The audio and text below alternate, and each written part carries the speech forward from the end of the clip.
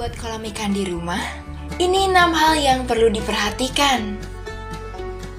Kehadiran kolam ikan di rumah akan menambah suasana menjadi lebih asri dan sejuk. Ditambah, bersantai di teras samping kolam ikan sambil menikmati pemandangan pun juga bisa membuat suasana hati lebih rileks. Tapi, urusan kolam ikan tidak cuma sekedar menggali tanah saja untuk diisi air. Kolam ikan merupakan bagian dari landscape rumah yang perlu direncanakan dengan matang dan seksama. Dekor rumah sudah merangkum sejumlah hal yang harus diperhatikan saat merancang dan membangun kolam ikan di rumah, supaya mengurus kolam dan ikan-ikan di dalamnya menjadi aktivitas yang menyenangkan di kala senggang.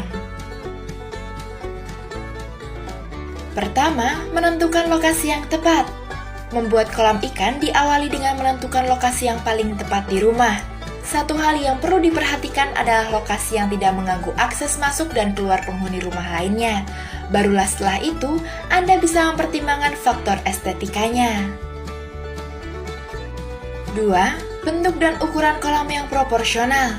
Selanjutnya adalah menentukan bentuk dan ukuran kolam yang proporsional. Ini berarti sesuai dengan ketersediaan lahan juga bentuk yang realistis untuk dibuat di halaman rumah.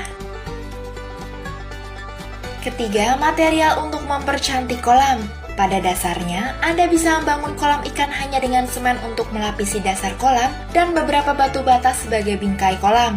Namun, tentunya nilai estetika atau keindahannya sangat minim sekali kan? Kolam ikan bisa disulap tampilannya menjadi minimalis, elegan, ataupun mewah dengan penggunaan material yang tepat.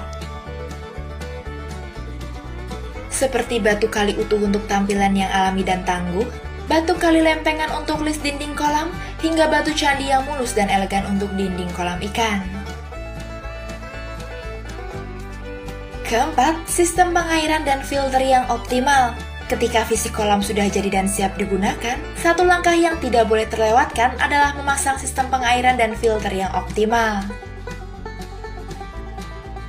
Kelima, memilih tanaman air sesuai keinginan.